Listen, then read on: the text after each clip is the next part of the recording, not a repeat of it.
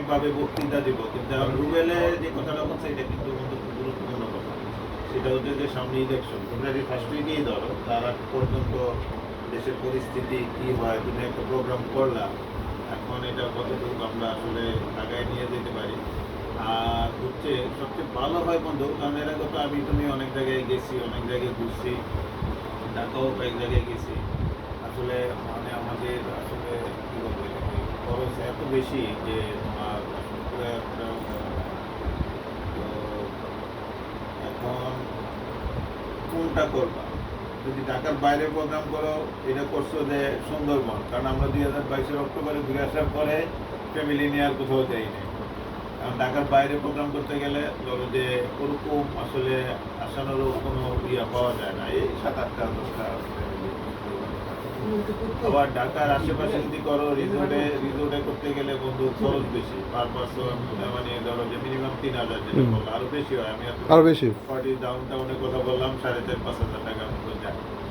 তো এখন মানে আবার রিসোর্টে না গেলে আমার আনন্দও পাবে, ভালো একটা রিসোর্টে না গেলাম। রিসোর্টে না গেলে তো আমার কাছে মনে হয় বন্ধু সবচেয়ে ভালো হয় যে আমরা এই বছর মানে এবার যেটা করতে পারি সেটা হলো যে আজকে প্রাইমারি আলাপ করতে বলছো, আমরা একটা দুইটা রিসোর্ট একটু ঘুরে আসতে পারি কিনা। যেমন জুয়েল একটা অফার দিচ্ছে, যদি আরো এরকম একটা বন্ধু যেটা দিচ্ছে সুবর্ণগ্রাম, এটা আমার মনে হয় কাছে হলো বাচ্চাদের অ্যাটলিস্ট ইয়ে হয়, কিন্তু আবার ওই টাইমটা যে আমরা যদি ধরো ডিসেম্বরে তো আমরা অনেকেই থাকবো না, যে জানুয়ারিতে যদি করো তাহলে আবার জানুয়ারিতে তখন ধরো পিকনিকের পুরো একটা মানে জোয়ার ধরো, হ্যাঁ ওই ইলেকশনের একটা ইয়ে থাকে।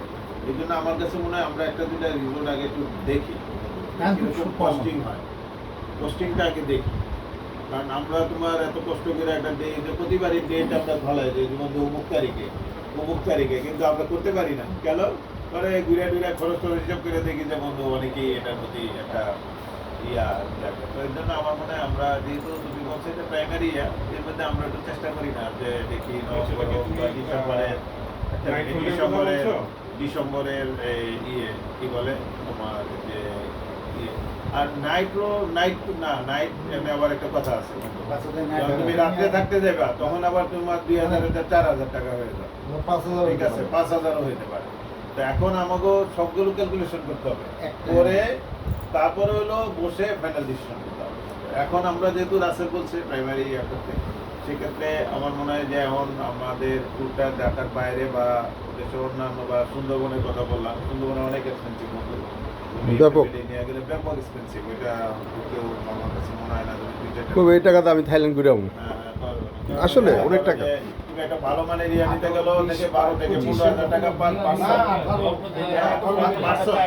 মোটামুটি। তুমি তো ওইটি বাদই দিলাম, ওয়েব টেবিল তো বাদই দিলাম বন্ধু, রাউন্ডেরটা বাদই দিলাম, হ্যাঁ ওগুলি তো 18-20,000 টাকার নিচে পার পার্সন হয় না। তো ওটা বন্ধু আপাতত থাকলো। আমার কাছে মনে হয় যে আমরা একটু ঘুরে দুই একটা স্পট দেখি, দেখার পরে আমার মনে হয় ফাইনাল ডিসিশনটা এর মধ্যে রাজনৈতিক পরিস্থিতিটাও দেখি তারপরে নেওয়া যায়। সেক্ষেত্রে একদিনের একটা সারাদিনের প্রোগ্রাম করা যায়, কারণ আমার কাছে মনে হয় না যে আমাদের যদি ফান্ডের অবস্থা ভালো থাকতে হবে, কিন্তু আমরা জিরোতে আছি বা মাইনাসেও থাকতে পারি। যাই হোক, তো আমাদের ফান্ডও নাই যে ফান্ড থেকে আমরা কিছু টাকা নিয়ে কিছু একটাতে আমরা দিয়ে করতে পারবো। তো আমার মনে হয় যে বন্ধু আমরা একটু আগে একটা দুটো রিভিউ দেখি, দেখার পরে একটা ফাইনাল ডিসিশন নেওয়া যাবে। তবে এটা সারাদিনের প্রোগ্রাম করলে না ভালো হবে। আর বাচ্চাদের যেহেতু অনেকদিন ধরে ফ্যামিলি নিয়ে আমরা কিছু করিও না, এটা করা উচিত। ধন্যবাদ বন্ধু। জুয়েল তুমি কিছু বলো, তোমার বক্তব্য একটু সুন্দরভাবে গুছিয়ে বলো, বৃত্তান্ত বলো। আমি সাথীদের কথা সাথে একমত। আমাদের সবাই মিলে একটা ফ্যামিলি নিয়ে গেট টুগেদার করা উচিত। বিশেষ করে আমাদের ফ্যামিলি আমাদের ওয়াইফদের মানে আমাদের বন্ধুদের ওয়াইফদের তারা একটা মিলন মেলাচ্ছে। দেখা গেছে যে আমার ওয়াইফের সাথে সাইফুলের ওয়াইফের একটা আলাদা খাতির আছে, হিমুর বউর সাথে একটা আলাদা খাতির আছে, সাজিদের বউর সাথে একটা আলাদা খাতির আছে, তোর বউর সাথে আলাদা একটা খাতির আছে। এই জিনিসগুলো তারা চায় একটু একত্র হয়ে তারা একটা গল্প করতে, সারাদিনের একটা ইচ্ছায়। তো সেটার উদ্দেশ্যেই মূলত আমার বলা যে ফ্যামিলি নিয়ে পিকনিক করা হোক। আর এটা নাইট হোল্ডের থেকে আমাদের ডেটাই বেটার। নাইট হোল্ড করতে গেলে খরচটা আপনার দ্বিগুণ বা আড়াই গুণ হয়ে যেতে পারে। তো সেই জন্য দরকার নাই, আমরা ইয়েতেই যেভাবে যতটুকু কমের মধ্যে করা যায় সেইটুকুর জন্য আমি যথেষ্ট হেল্প করব, এবং তোমরা সেটাতে যদি করো তো আমি বলি যে চলো আমরা আগে 2-3টা রিসোর্ট দেখে আসি। ঠিক আছে, চমৎকার বক্তব্য। আগামী শুক্রবার বা শনিবার সময় দিয়ে চলো ঘুরে আসি। আচ্ছা ঠিক আছে, আবার কিছু যুক্ত করতে হয়, আবার যুক্ত করিস।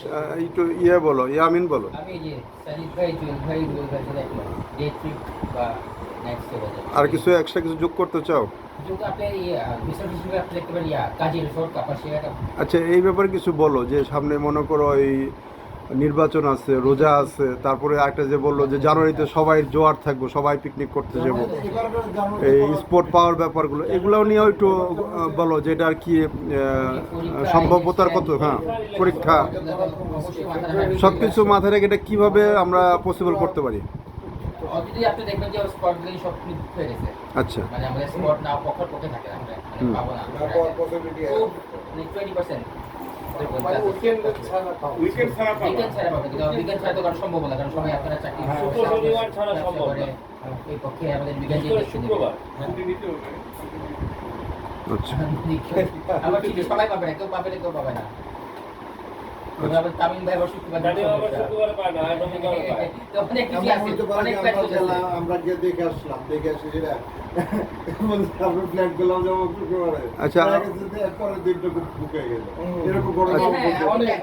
গিয়ে দেখে আসতে আসতে রাস্তায় ভুল হয়ে যায়, এরকম অবস্থা হয়। আচ্ছা ইয়ামিন, আবার আসবো তোমার কাছে।